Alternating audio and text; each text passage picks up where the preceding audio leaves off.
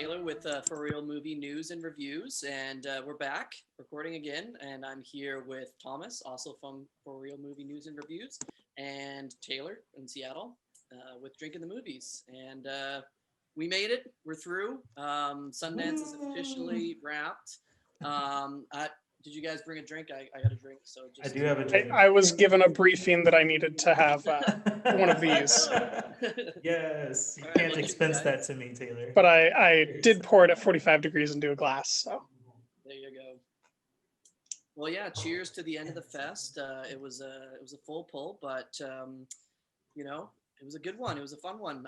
73 feature films. I'm just going to run down some stats for the people here. Although there might have been some additional ones on top of that 73 with the late additions. 50 short films. There were 14 new frontier experiences, if people got into those. And of those features, 68 were world premieres, so lots of new, brand spanking new content at this year's Sundance. 39 were directorial debuts, which we were talking about in the past. Lots of exciting stuff from emerging directors. 44 countries were featured throughout the festival, and yeah, it was stacked. It was a lot of fun. I personally watched about, including short films, 44 films total. How about you guys? I didn't do nearly as good as you guys did. Not a I very unimpressively did 26 feature films. I didn't get around to as many short films as I wanted, but I also have contacts that I think I'd like to get in contact with to follow up with those after the festival. yeah, I did 53 total. 8 were shorts. You are nice. 43 were features. I am exhausted, and I've seen like 3 less directorial debuts on February 4th of 2021 than I watched in all of 2020. So I'm ahead. You are ahead. Yes. Yeah, so since our last meeting, I guess let's just get the ball rolling.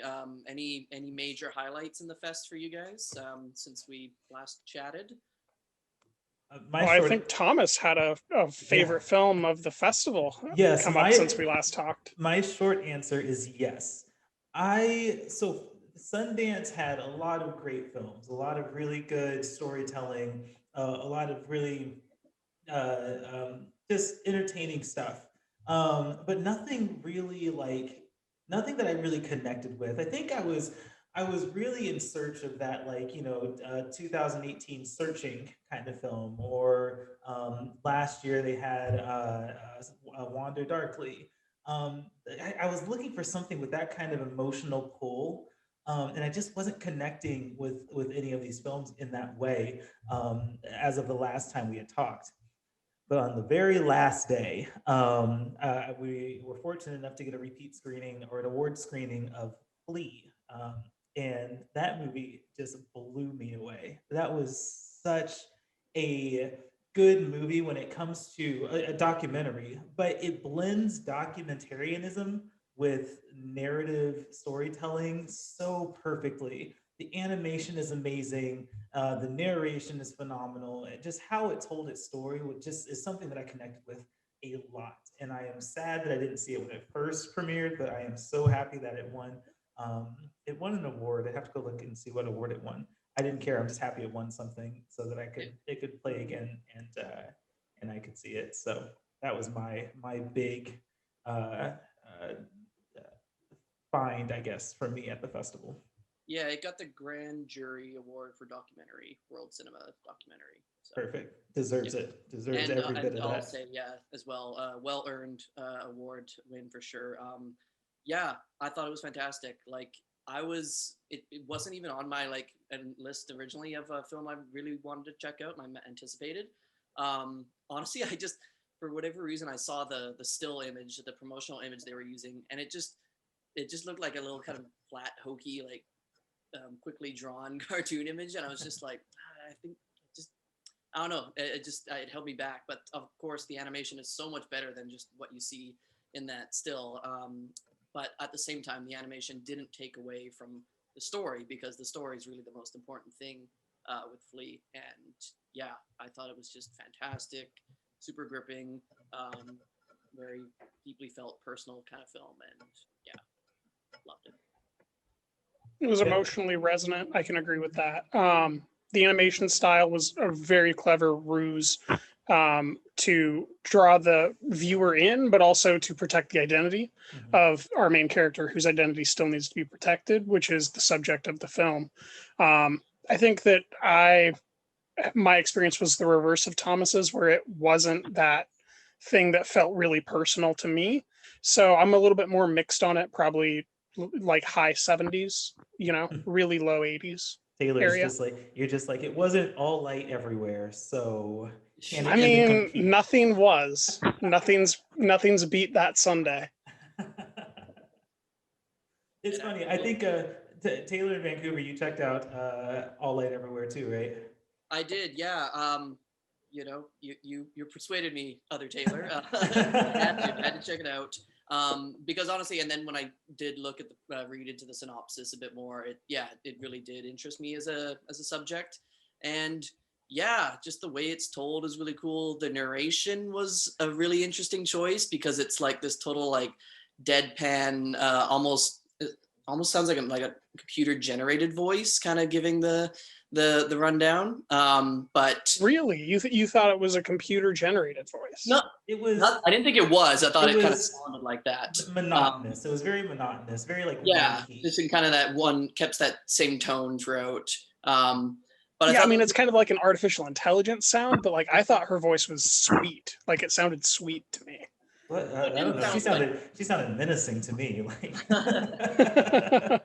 she sounded kind of like just that AI omniscient kind of voice that kind of can see through time itself, and that's basically what the narrator was doing, in the way it drew all the different pieces of data together, and all those different studies. So yeah, I thought that was a really cool choice, and yeah, and then it's tied really well into a modern issue that's going on, and modern technologies that are being used in really, really concerning ways.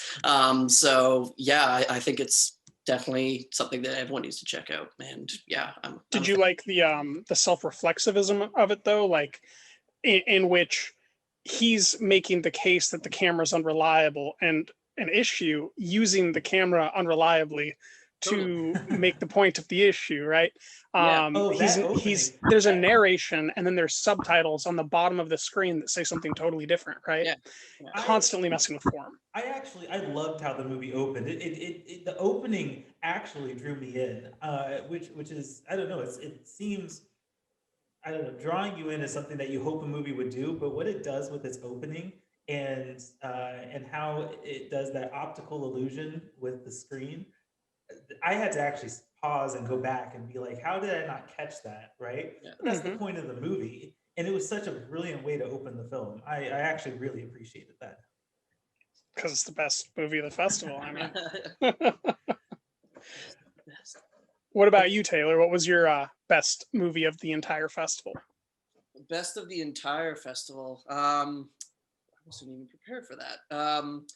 I I really like Flea as well. Actually, it kind of came in Really? Okay. in there as a late contender for me. I'm still really leaning heavily towards On the Count of Three, just because it struck a personal chord with me. It's such a well constructed script. It did win the screenwriting award of the fest. Mhm. We'll talk about that later, I'm sure.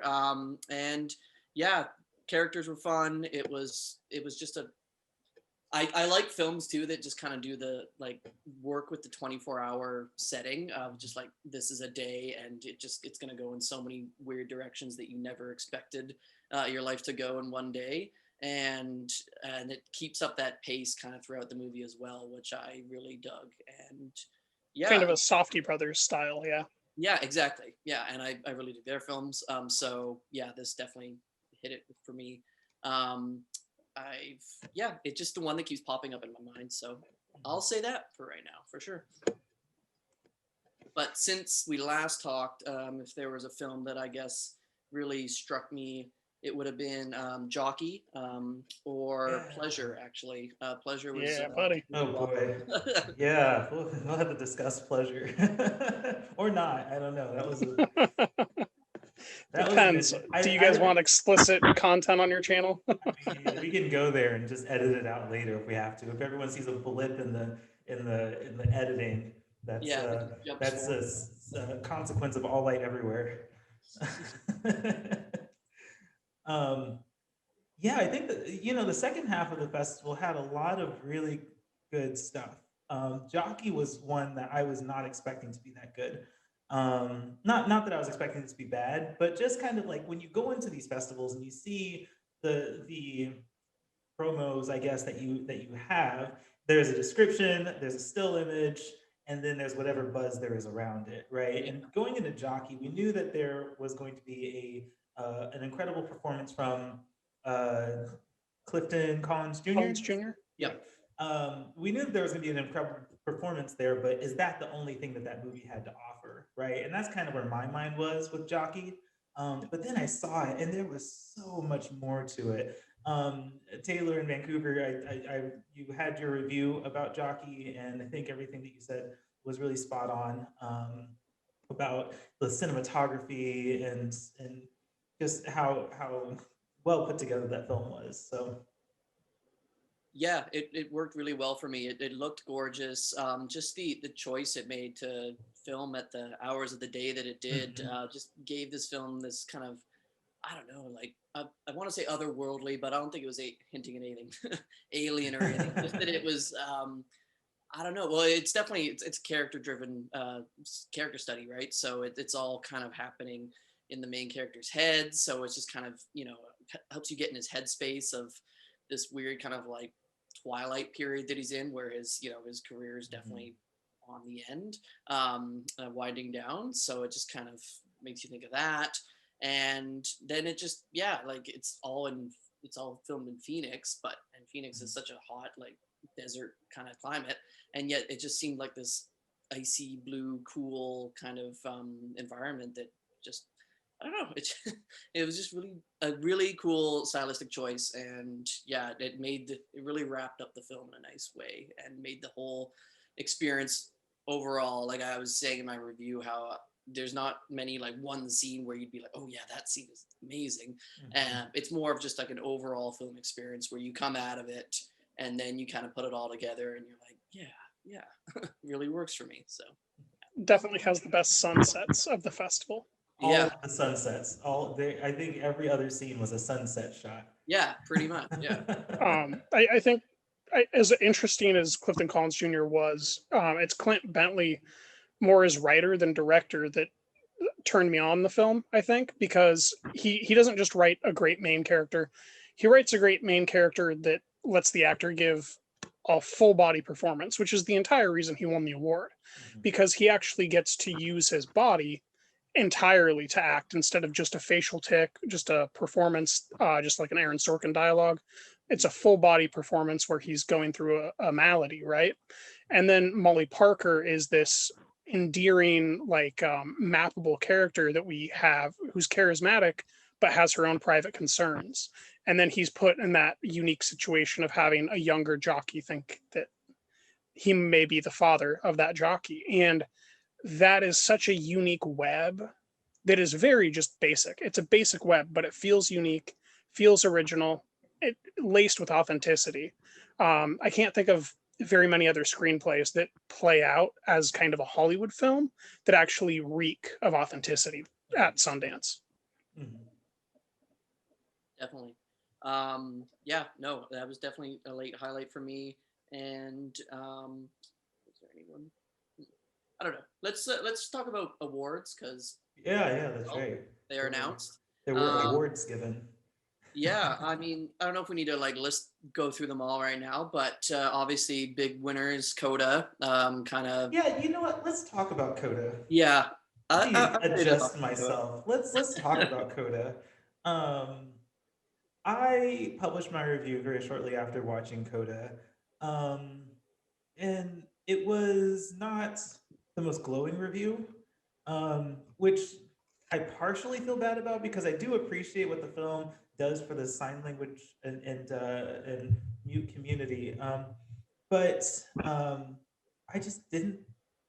I didn't. It was like I was disappointed with how much I wanted to connect with the movie. Slight interruption. I forgot about Coda, guys. Make that 44 features.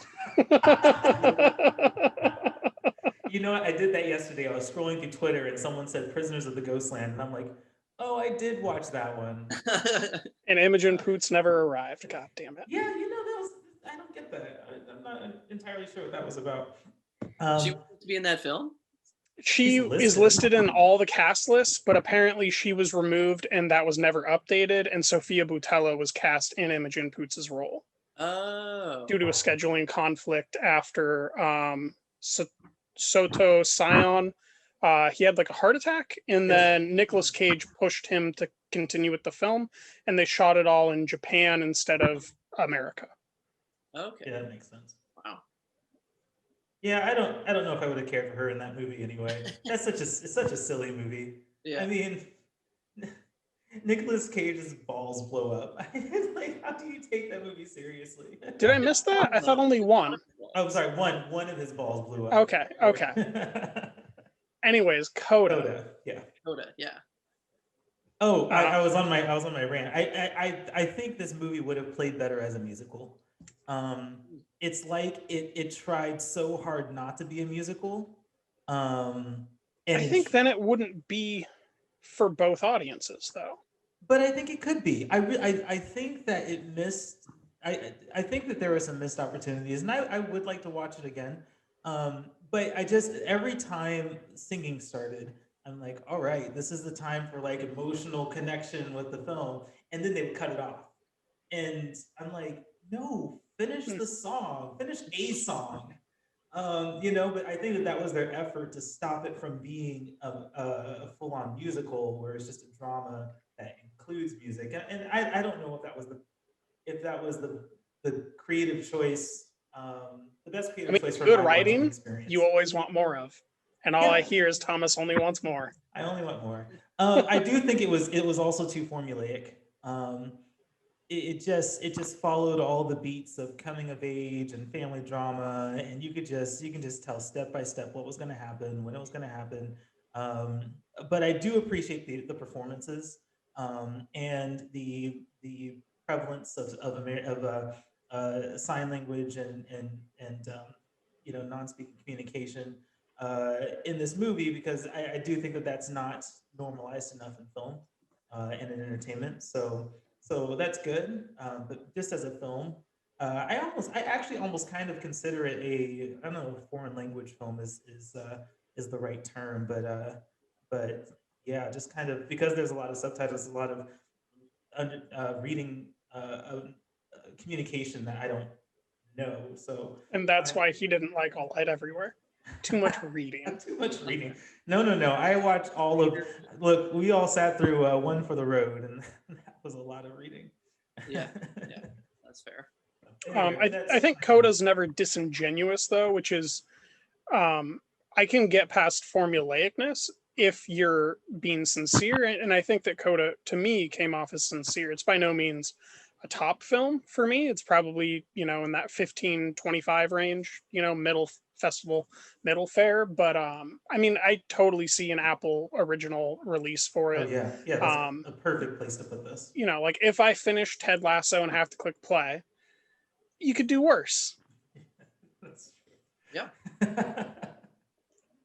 Yeah, I'm right there with you guys. I'll echo the same things. It just really, it just felt a little too formulaic and a bit contrived at the end, where I was just like, yeah, well, of course her mom's going to do that. Well, of course her dad's going to do that. And of course the older brother's going to go off and have the little B plot story. But even that, but even some of those elements didn't really follow through in the movie, like the older brother's side story with her best friend.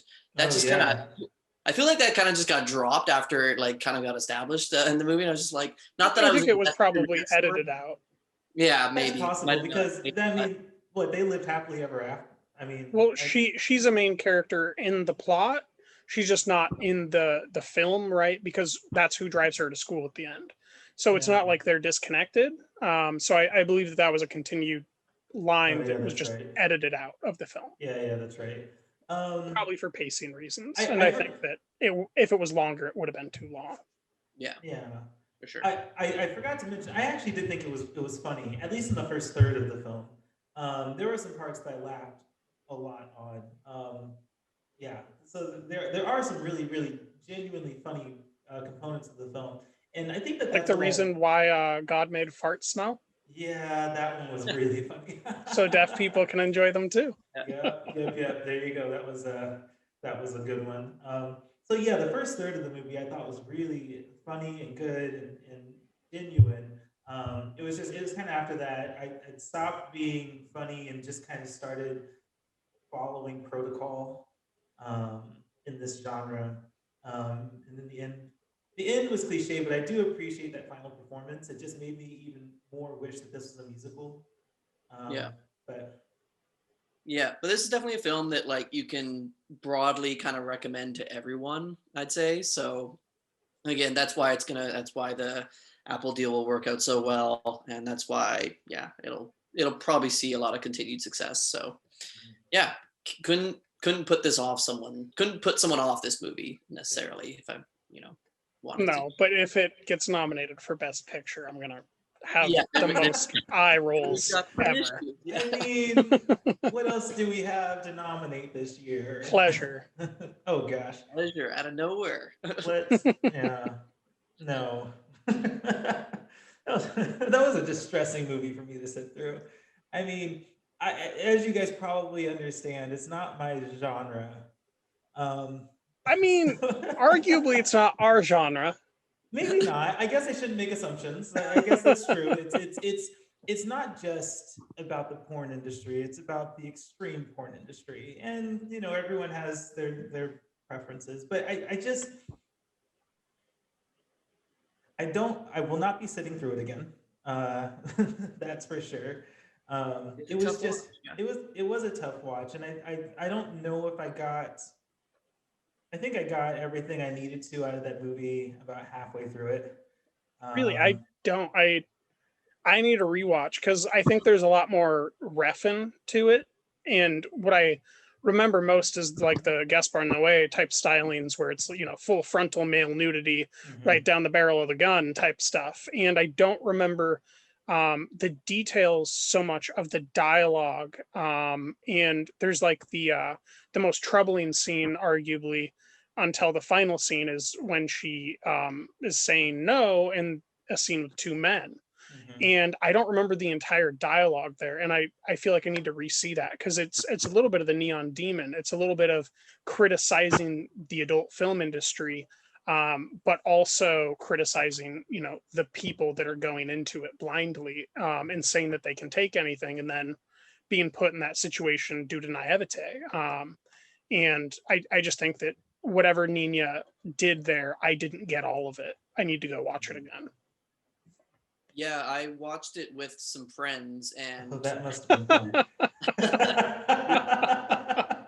it's a good film to sit You should down. live stream that. Yeah. But so it just when we were Did watching you it, did you we just kept- like say porn's involved and your friends are like, yeah, we're in? I didn't Show even a know. showing of Love in 3D right afterward. Yeah, exactly. Double feature. I didn't even know it was going to be that like just all out the way it was. I just had the image and the basic synopsis, and I just kind of went off that. And it wasn't even a film that I had put on my must watch. I was just kind of like killing some time, and I was like, "You guys want to watch this?" And yeah, so we were watching it, and it was definitely just one of those films where you're just reacting to everything so much throughout it. You're just going, oh, like Yeah. that's okay. And think you're with your friends, so of course you're kind of hamming it up as well to make it less awkward. But As I was yeah, so I feel watching like I it, missed out on some dialogue ticks that I probably would benefit from getting in a second viewing. I agree that it's definitely still a tough watch, and this is unlike Coda, this isn't a film you can just recommend to anyone. You don't want to. Sure it is. It is.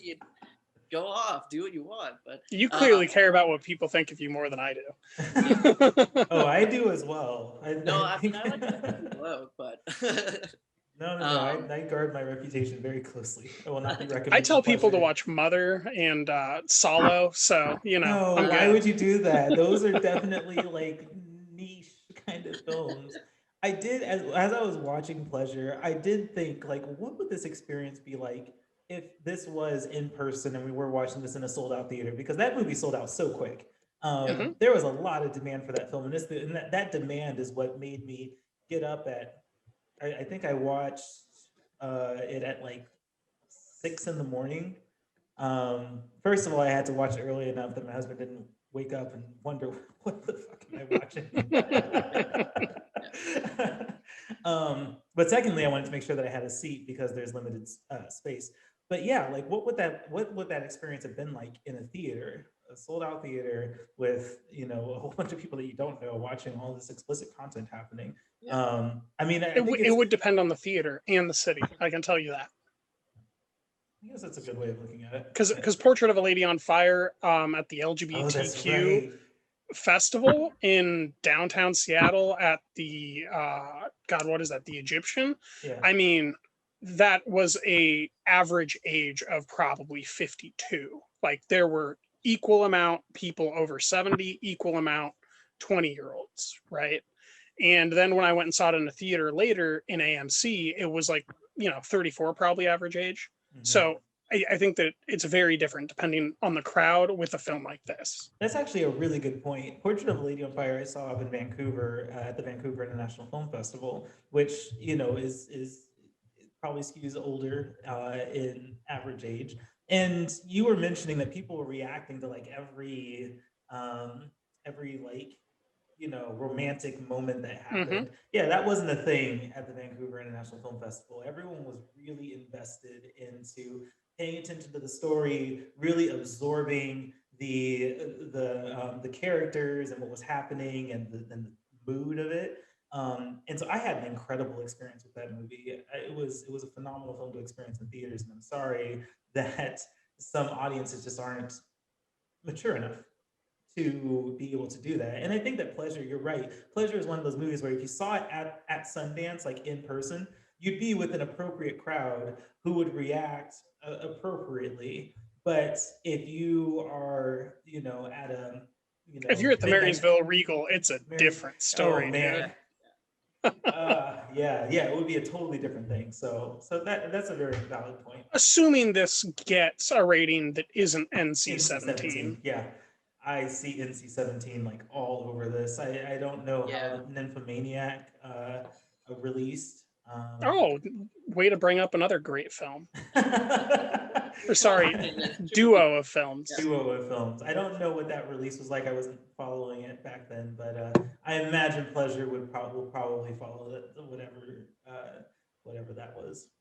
I think Wild Bunch is normally the distribution group that acquires these types of films that are a little bit more seedy and harder to pump out. So I haven't heard any news of it getting acquired, but if it does, that's who I would assume is gonna acquire it. It makes sense. I mean, you just can't send this out publicly. Like you would have to have a very, very strategic release plan, very limited release plan. It's one of two films I had to give them my age for.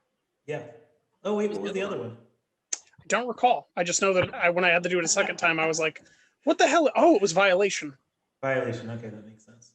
My third favorite film of the festival, right Okay. above Pleasure.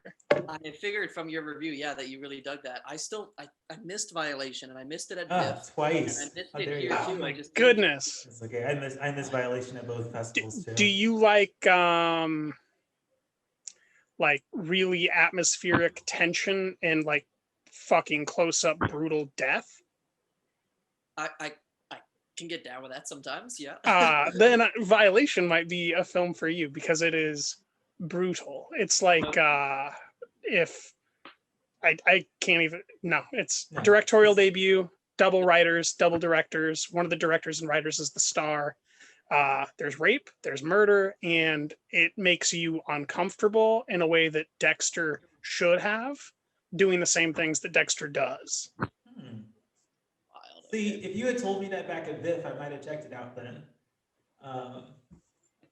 I just because there were Well, Viv two. had too many titles, and I think we were accredited way too late to actually like dive into Yeah. what we could get into. Yeah, I think that might be valid. There was also a lot of restrictions too, because Taylor in Seattle, we were down here, and Hmm. VIF didn't allow screenings outside of Canada, and so we had to rely on Right. screeners. Because we had that unlimited clicky thing or whatever, and we couldn't clicky because we weren't in Canada. Right, right. Which is so frustrating because I lived like right at the border. Yeah. Right on the- I mean, if I sat at Peace Arch Park, I might have gotten a Canadian reception. It might have counted. Oh yeah, we were joking about trying to drive up to the border and see if we could get on the wrong wireless signal and use the data. That's funny. Great. Yeah, okay, good. I'm glad we got just pleasure looking at out of the some way. Sorry? I'm glad we got pleasure out of the way. Yeah, there you go. I'm just looking at other award winners and just trying to think of what to touch on. Did any of you guys see Hive? That won a couple awards, and I was surprised because Did, and I'm struggling to remember which one it was, which is never a compliment to a film Oh, jeez. because it's forgettable. Oh, right. Yeah. No, it's fine. It's not that good.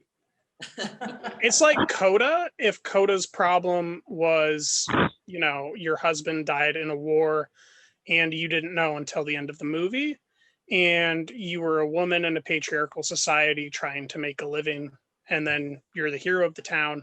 But the way that I'm explaining it makes it sound interesting, but it's not presented interestingly. It's just a really close up piece of a woman like getting abused and almost raped for like 80 minutes. And then she finds out her husband did die in the war in Kosovo. And then at the end of the movie, they give you all the title cards about how great her life is now. But all you see is how shitty it was then. You should be a publicist. You should be a publicist for this film. well, there you go. I don't think so, because I did not like it. But I mean, it sounds interesting. I might watch it on that description. Oh, well then, hire me. Oh man. Did you watch it, Taylor? No, I didn't watch it, but I feel like I have now. Just Yeah, Oh, I know. good. There you go. There you go. Honestly, so when with the selection of films, I enjoyed a lot of the narratives, but I really think the documentaries were on point this year at Sundance. Just really, really good stuff. The documentaries that I saw included obviously Flea.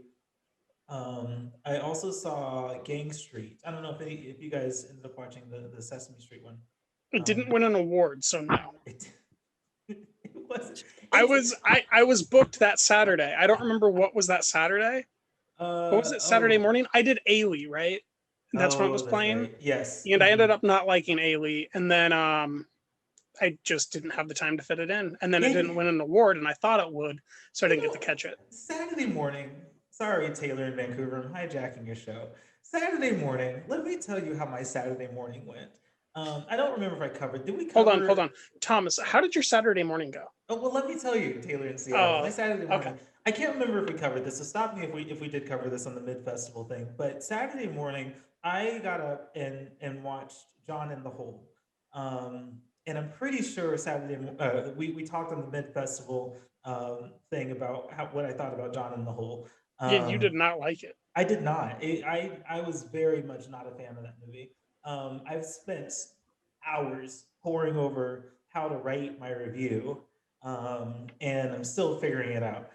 So I did not like that movie. So after John in the Hole, I ended up I needed to find something good to watch, and so I turned on Crypto Zoo, and I got Oh yeah, we did this. We Then did you clicked this? on another one, you Yes, didn't like it. Okay, Then you clicked on Street Gang and you were like, oh, this is my radish before the next taco. that's I'm what's about to up. switch from pollo to asada, and this Yeah. is cleansing the palate. Yeah, that was exactly it. I can't remember because I told a few people that story, so I can't remember if we talked about it. But yeah, Gang Street was a really, really good one. Particularly for me at that moment, it was just a nice palate cleanser, and maybe that's why I liked it so much. But also, Summer of Soul was really good as well. All Light U.S. Everywhere. Audience Award documentary winner, Hmm. Summer of Soul. Yeah, nice. I'm glad. Very Oh safe. yeah, that's right. It did win that. Yep. Yeah. Also won the Grand Jury Prize. Yeah. Nice. Yeah. So anyway, my point being, documentaries I felt were really on point. I connected very much with the documentaries this year in a way that I didn't connect with a lot of the narrative films. Your One of, favorite of which being All Light Everywhere, I understand. Taylor. I think I heard him say that. I think I will never renounce Flea as my favorite documentary at Sundance. Okay, You All can- Light Everywhere, your favorite non-animated documentary at Sundance. I'm sorry. I think that Your favorite also, documentary with reality with display. reality, I think that actually No goes to Summer. flashbacks. That might go to Summer of Soul. But you know what? My favorite documentary. That's a flashback. Doesn't count. I will say so. All Light Everywhere is my favorite documentary without animation and without music. So Great. There you go. Wait, they should add that category. that should be a category. That should be a grand jury prize. Yeah, so yeah, those are pretty much the big ones out of the award winners that I kind of noted Oh wait, down. no, we didn't talk about On the Count of Three. No, sorry, not On the Count of Three. We've talked about it quite a bit. One for the Road. That's the one. One for the Road took the World Cinema Creative Vision Award. Mm-hmm. I was so I see it. close. I was so close to One for the Road being just like this super like emotionally connecting film for me. It was almost there, and I was waiting for it to get there, and it just did a whole lot of meandering. The flashback extended sequence didn't do it as many favors as when it started I thought it was going Right. to, because it still had all the momentum of the road trip behind it. Mm-hmm. And then it just didn't stop at the flashback.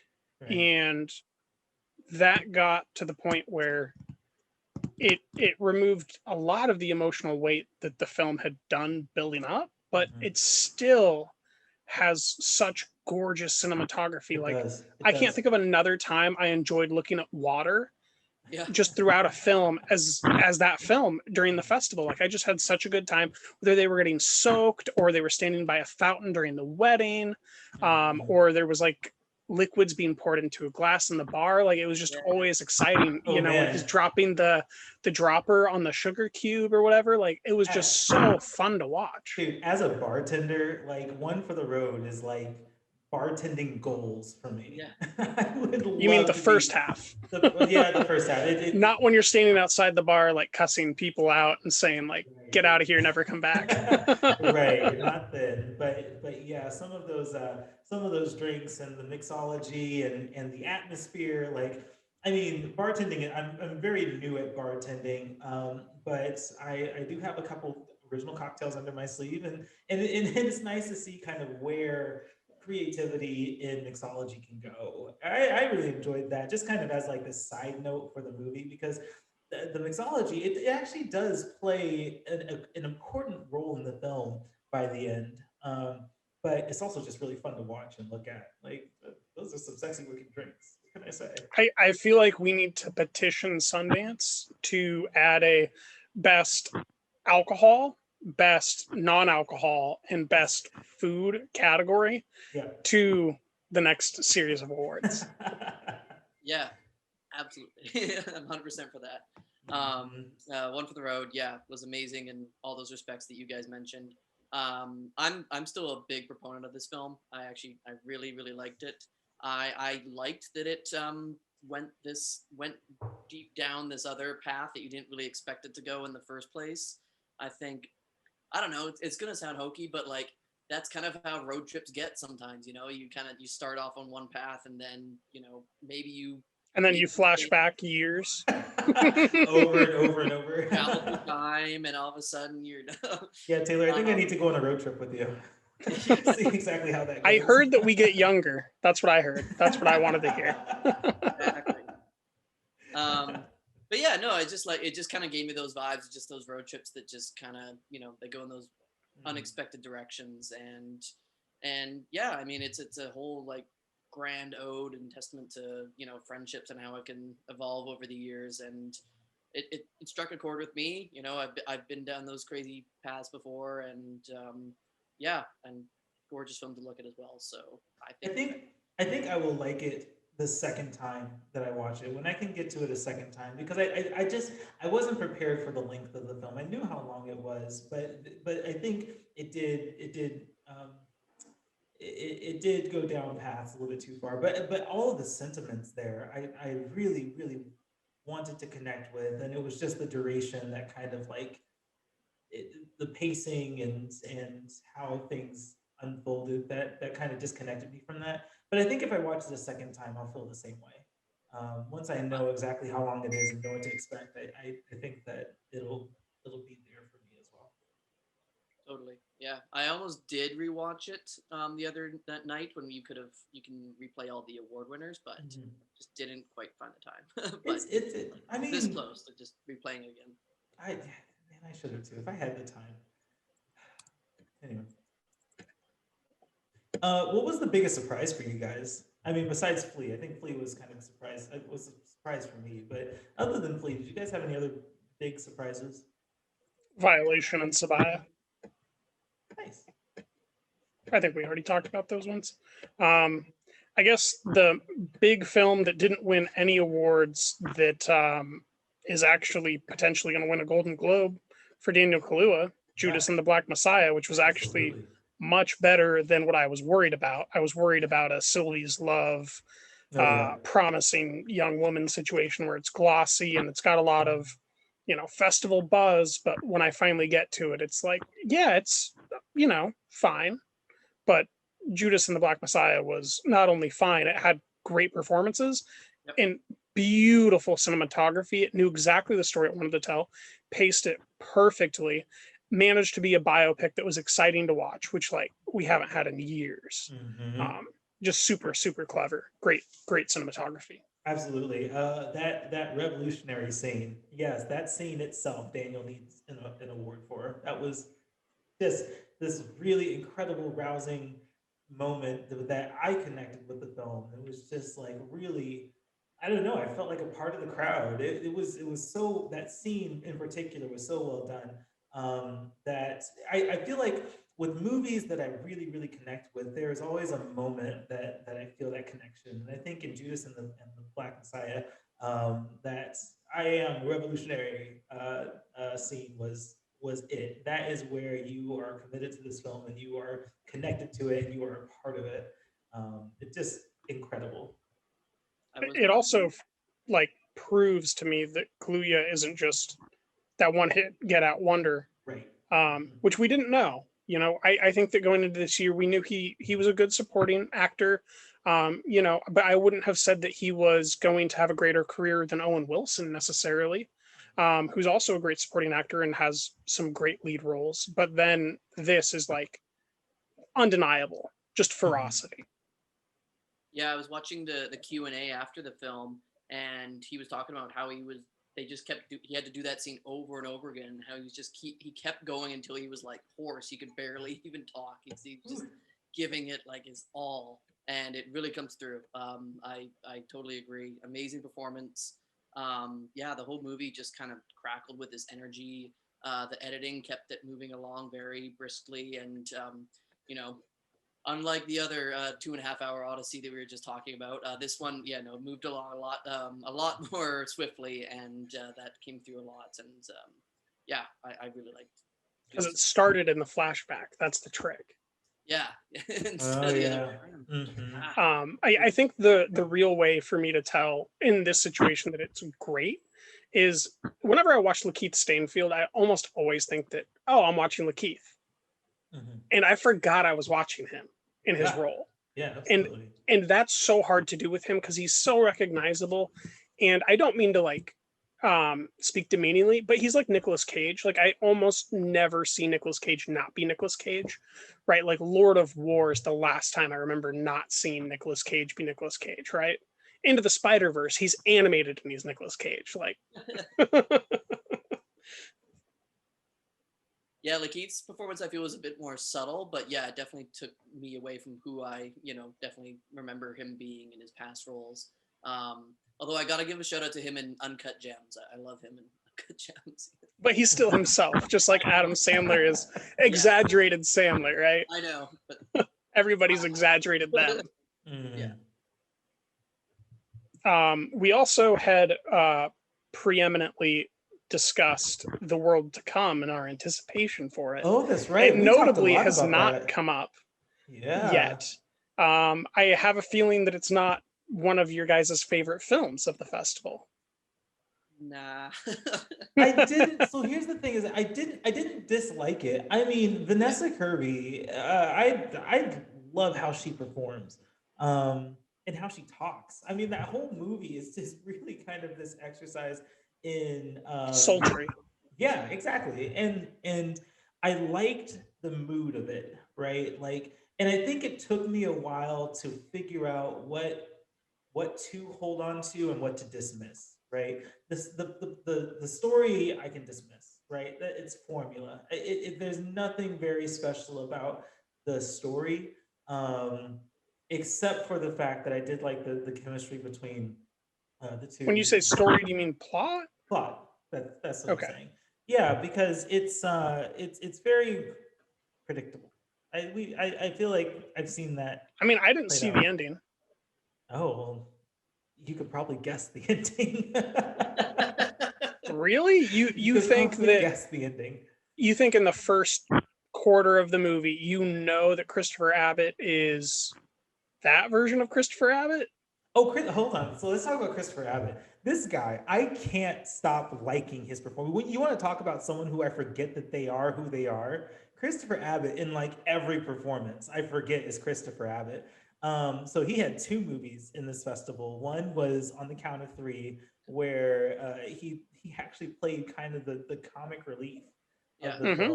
film, and it's totally and completely different from what I've seen from him from last year with Black Bear and Possessor.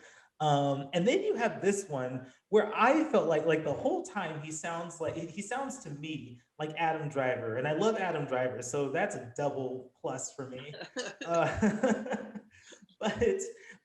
but but he's so invested in the role that I almost there was a point where I was like, oh yeah, that's right, that's Christopher Abbott. This is the guy that I'm just like in love with his performances for the last year. So I like how I like Chris Pratt as an actor a lot, and I really appreciate how he chooses his roles and how he executes them. Okay, I had to get that out. Okay, so in the what, meantime, what was the you said question? you knew the end of the movie already, and I'm saying there's no way that you know Christopher Abbott is that person in the first quarter of the film. You You do not ever have enough screen time to know that he's that person. you You don't, have but a it's small inkling when he says the story to Vanessa Kirby about men poisoning their wives, but right. even that you're like, You don't okay, he's just being a dick. right, but his role in the film is is more minimized than I prefer, because he doesn't really do anything until that second half of the film. So you just And wanted more of him in a movie that wasn't about him. I'm not opposed, but I do think even regardless of Christopher Abbott's role, like there are two main characters here, and I mean really one main character, but then this kind of romance, and it's the romance that you know what's going to happen, right? Like the No, tension. I did I not. thought so. I thought so. I did not know death was in the cards. Oh, I did. I knew separation was, but murder? No. Yeah. No, I totally Right, because Portrait of a saw Lady that on as an Fire option. has almost the same tone, right? And I did think nobody gets about murdered. I did think about Portrait of a Lady on Fire during this film, but I there was a lot of disapproval, I guess, from the men. It was just that one husband kind of let it slide, and the other didn't. Um, and I don't know that that was disapproval from Casey. I think so. There was a point where, because he was talking about her smile when he walks in, when he knocks on the door, she opens the door and he says, "Oh, the smile fades." and then she opens the door for Vanessa Yeah, Kirby. jealousy isn't disapproval necessarily, man. I don't know. Jealousy sounds. Jealousy, I feel like inherently incorporates disapproval. Maybe we look at that word differently. It's possible. Ultimately, Casey didn't do anything about it. I mean, he knew what was going on. He had the suspicions. He just didn't choose to investigate them because he knew what was going on. So I guess there's the difference between the two men in the movie is that one let it slide, I guess is what I'm saying, and the other had to do something about it. Um, it wasn't a very, I mean, we were talking earlier about authenticity in storytelling, and this movie does not at all come close to that. But what it does do, technically speaking, it does have some impressive things. I think I like the narration and how it's narrated. I like the cinematography. I do like the performances. Like technically speaking, this movie was what was appealing to me. I just didn't care for the plot. Yeah, yeah, I'm kind of feeling that way as well. Just didn't click with me in the end, and I wouldn't say I totally had it figured out. Like I totally knew what was going to happen, but I definitely kind of had a basic idea of the trajectory that it was going to take, and yeah. So then when it kind of got there, I was like, oh yeah, okay. That was kind of my reaction. But there was a lot I did like about it. I thought the score was really interesting. Mhm. It just because it has this kind of like almost like a jazzy kind of It did. It score. actually that threw me off Yeah, actually because it was so distinct. And if something is right, you don't notice it because it blends in so well. I don't know if it wasn't wrong, but it definitely stood out and was very distinct and very obvious of a score. yeah. I think a score that can stand out is it can be a good thing. But yeah, just a really interesting choice because we're talking about like the mid 1800s here. I think was when it was set, and yeah, so it's got like this score with these jazzy inflections, and it's like, is that the world to come or something? I don't know. Like it's a really interesting choice. And I kind of dug it. I think I respect filmmakers that kind of take those kind of risks, and they know it might not gel as well as they wanted to, but it's they went there, and I appreciate that. But the rest of the story wise, I don't think they took many risks, so that was kind of where it lost me. Yeah, the storytelling. I mean, it's a compelling story to watch told. It sounds like nobody turned it off. The characters are memorable. You remember them. This is a film where um, we haven't even talked about the main character because you're so excited to talk about the side characters. To me, that's just a sign of good writing and good tone in the story. I mean, yeah, it's an ABC where characters introduced, character is present, come to terms with character leaving. The way that they went about those beats, though, I think is a little bit more interesting than a lot of the other stuff that we tend to see in that, you know, character introduced, character exit trajectory, particularly when she just disappears for the winter. And because it's the 1800s, you don't know if she's alive or if she's coming back, or that just added a interesting flavor in a film that wouldn't normally have that flavor added. Mhm. Mhm. Totally. Yeah, yeah, that makes sense. Right I on. don't know. Okay. Well, Thomas said disapprovingly. Thomas said disapprovingly.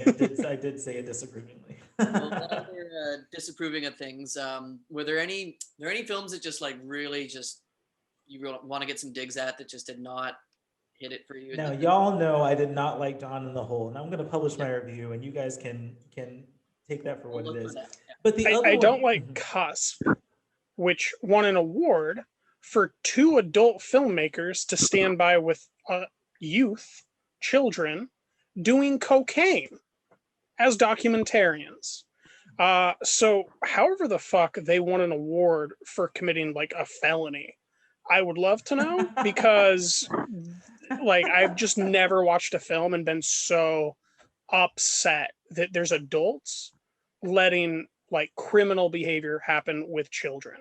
Like it's just I've never been that troubled. I almost turned it off, but I just decided to finish it. I think there's a long and deep conversation that can be had about that, because there's in the country there's sexual content as well. So I'm just talking about controlled substances that are, Schedule 1, Schedule 2. I didn't see this. Taylor in Vancouver, does he have some merit here? I saw this, and yeah, it definitely, that was a, kind of makes you go, oh, wait a minute.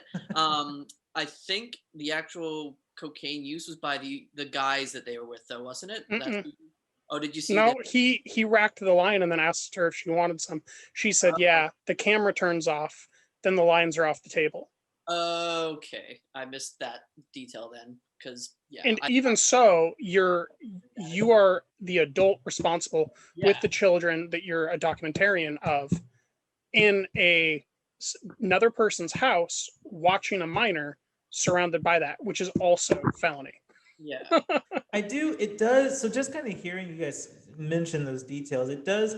I mean, there is cause for pause there. Like, what is going on here? But I think there's why are we rewarding that behavior? Why are we rewarding that? And I will get to that in a moment. But I think there's a national conversation about substances being illegal in general. I think that I'm on the Oregon side of that. Oregon, right? But not for children, not for brains that ain't done. I don't know how old these girls are. They're youths. They're teenagers. I mean, when it comes to teenagers, like, teenagers are going to do what they're going to do. And correct. But if you're there, then you're party to it. And if it's against the law, then it's against the law. I'm just trying to be a devil's advocate. I didn't watch the movie, so I didn't have these reactions. I'm just being a devil's advocate. You're never going to convince me that an adult shouldn't behave like an adult with kids around. That's fair. That's now, with no kids around, fun Uncle Taylor comes out, but no, mean Uncle Taylor comes out when there's kids. That's fair. Understandable. I posted on Facebook back when I published my review, is it possible to like and dislike a movie at the same time? Absolutely. It is. I mean, I feel like it is. It was just kind of a rhetorical question for Facebook. But the movie that I was posting about was I Was a Simple Man. Didn't watch it.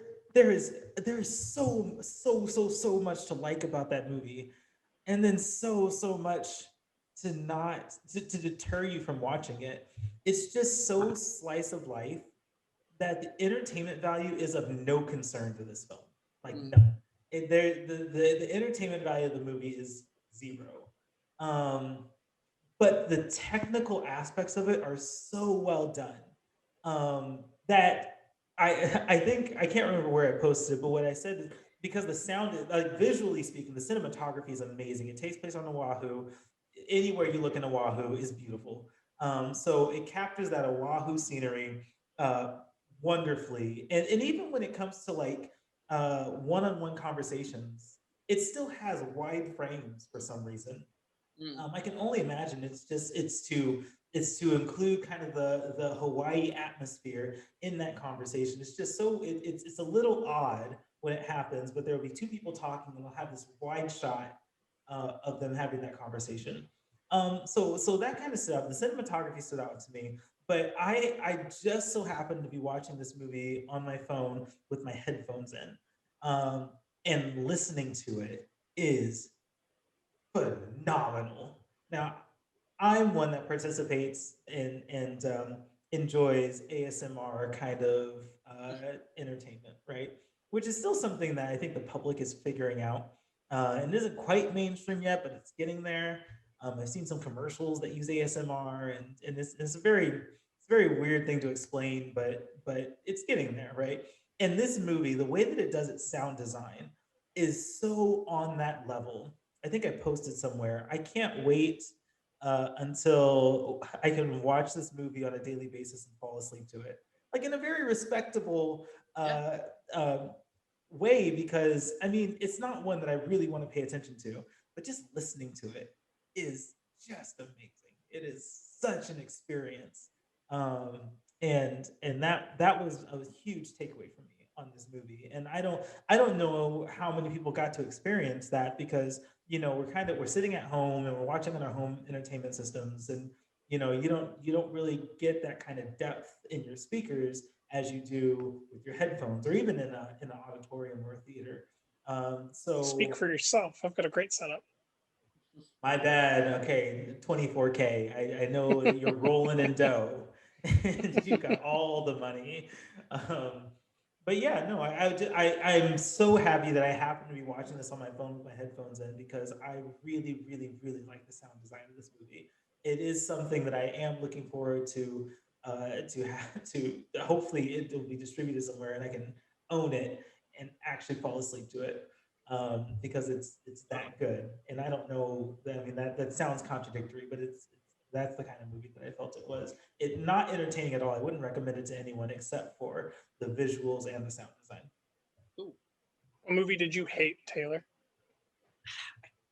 I can't say hate, but one that I just can. What movie did you hate, Taylor? Now talk. you know what, I'm gonna Strawberry Mansion.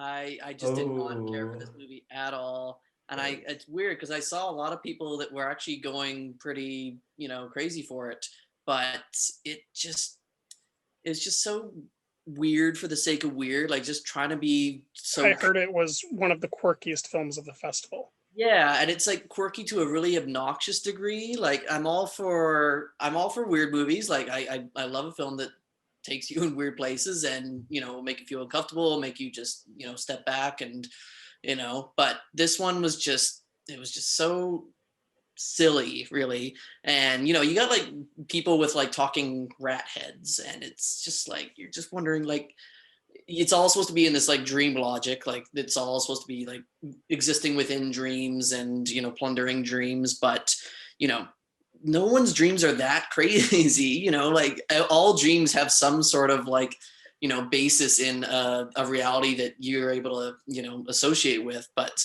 these ones were just it's just goofy. And the film did have lots of great colors, and it was working with a small budget, and therefore it kind of has this DIY aesthetic that I'm sure will click with a lot of people. But I was just put a sour taste in my mouth just because it was just trying so hard to be like, oh, look at this is weird, huh, check this out. And and the story is barely there as well. It's just this really thrown together story about this guy who's not satisfied with his life, and so he's this auditor of dreams, and then he kind of falls in love with the younger version of the woman who he's auditing, but he falls in love with her in her dream. um I guess is the plot, but So Jungian Philip K. Dick. Got it. yeah, sure. There's a bureau. I'm part of the bureau. I'm doing an investigation for the bureau. Yeah. I fell in love with the idea of you in your dream, and now we're down a Jungian landscape of David Lynch images. Yeah, but I wouldn't compare it to David Lynch at all, because it is not Well, you like said rat heads talking, so I was just thinking.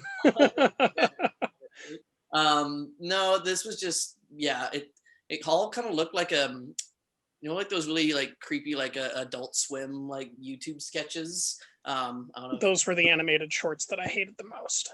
yeah, and the whole film kind of has that kind of tone to it, and it's just silly. So I don't know, I did not care for it at all. Barely got through it, actually. I was just kind of like wondering when it would end, but yeah, that's the one I'll toss under the bus there.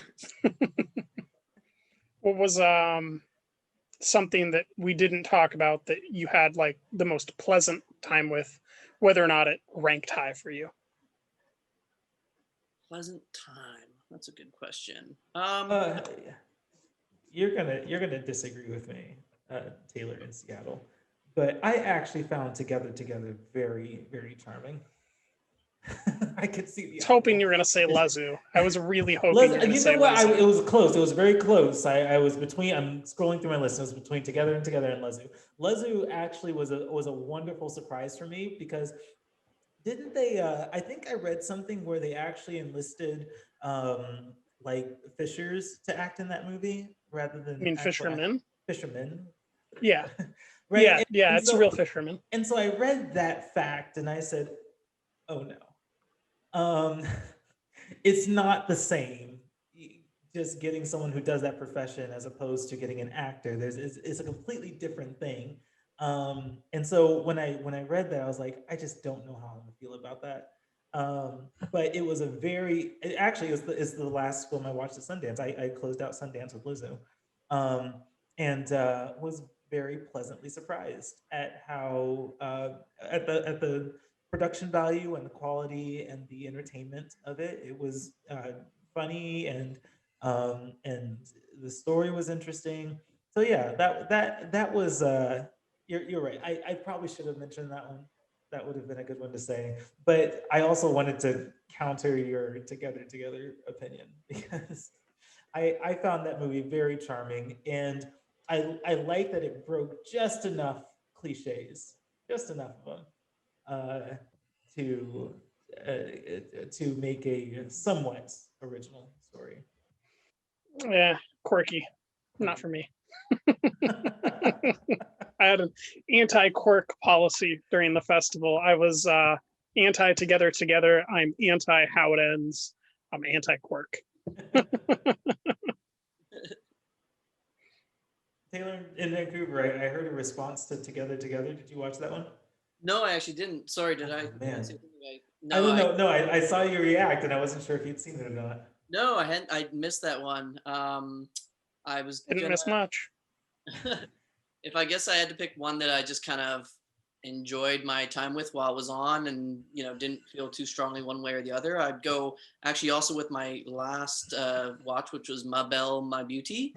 Mm, It was just it's attractive people hanging in Europe by the pool and having drinks and chatting and eating food. Like it's just kind of that one of sounds those nice. Dang it! Why didn't I watch that? movies that's nice to look at, and it's nothing's really offensive about it or anything. It's just people living their carefree, idyllic lives, and yeah, it kind of has. It's like those.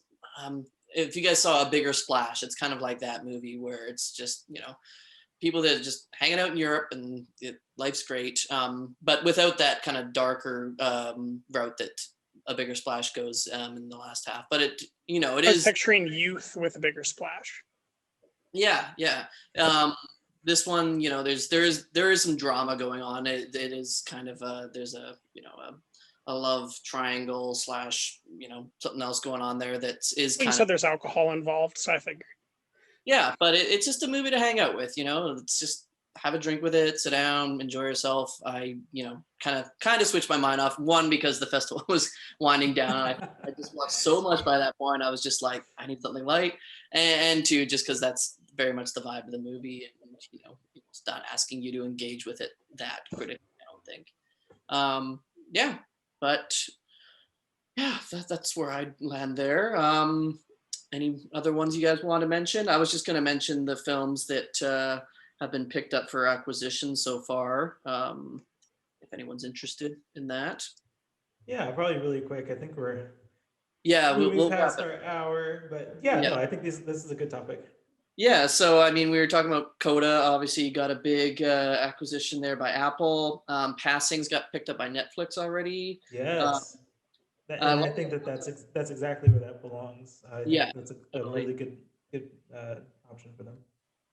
Yeah, and a lot of the other ones aren't even streaming services. They're getting picked up maybe for some actual, distribution. Crypto Zoo got picked up by Magnolia Pictures, Jockey, Sony Pictures Classics. Both In the Earth and Flea are now acquired by Neon. Together is Bleecker Street, and Violation will be on Shudder. Apparently, I think if I'm not Oh, that makes so much sense. yeah. So it is. I can see that. So yes, that yeah, makes a lot of sense. and that means I'll finally get to watch it because my friend has a Shudder account. So It'll be late March. okay. 21st, 25th. I think 25th. Okay. Yeah, so I'm excited for that.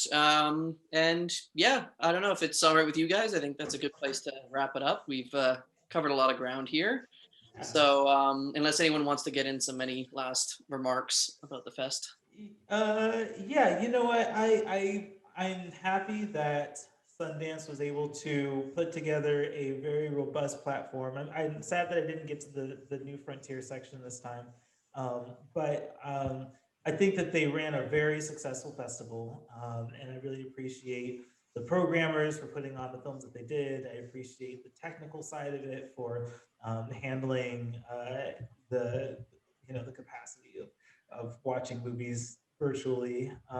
It was a very well run festival, and I hope that as we go through the rest of 2021, that other festivals have, or at least are adopting these really robust platforms and working out the kinks. Because I think there was a few things at the end of Sundance that were a little problematic, but overall, I think everything went smoothly considering the circumstance, and I hope that these platforms continue to get more fluent as we go throughout the rest of the year. And part of me also kind of hopes that this becomes a component to future festivals. Maybe not a primary form of conducting festivals, but there's certainly a convenience here, and the effort has been put into creating these platforms. I hope that they become a part of how these festivals, um, operate in some capacity. Yeah, I would second that.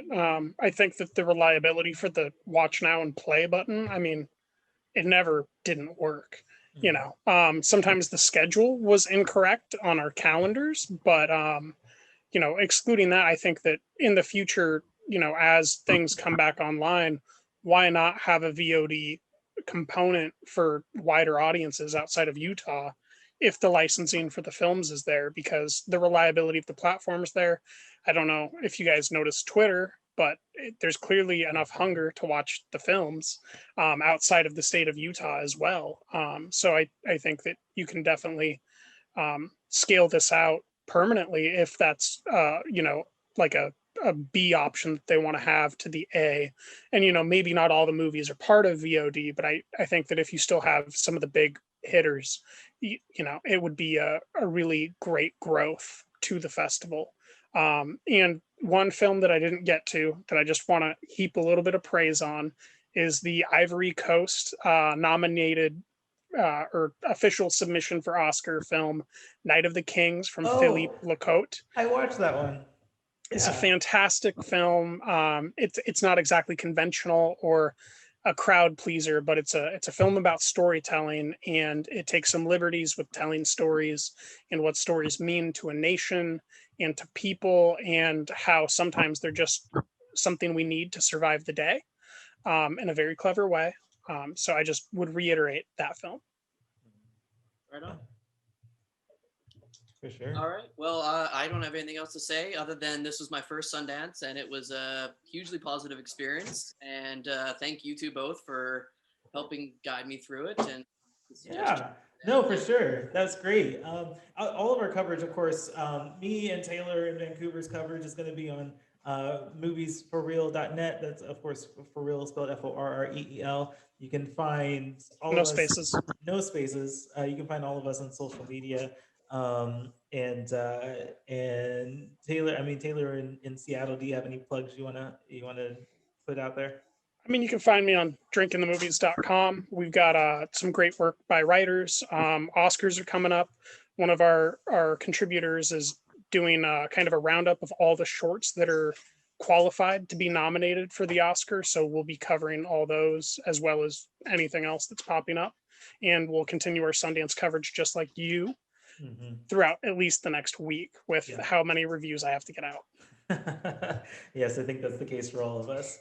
Oh, and Um, just to put a bow on it, I'm Earth's Taylor because I'm the only Taylor on Earth. Just to bring that up a third time. I know that you needed that, Beaumont. couldn't help yourself, could you? Oh man, that's funny. Um, Also, just for future reference, for real movie news and reviews will be at South by Southwest. At South by Southwest, it'll be a virtual festival again, and both Taylor and Vancouver and I will be participating in that. Taylor in Seattle is going to be applying, and we really hope that you are able to attend so that we can do all of this again. This is awesome. We do too. So Absolutely. yeah, Are you guys doing Slam Dance? You know what? I have a ticket for that.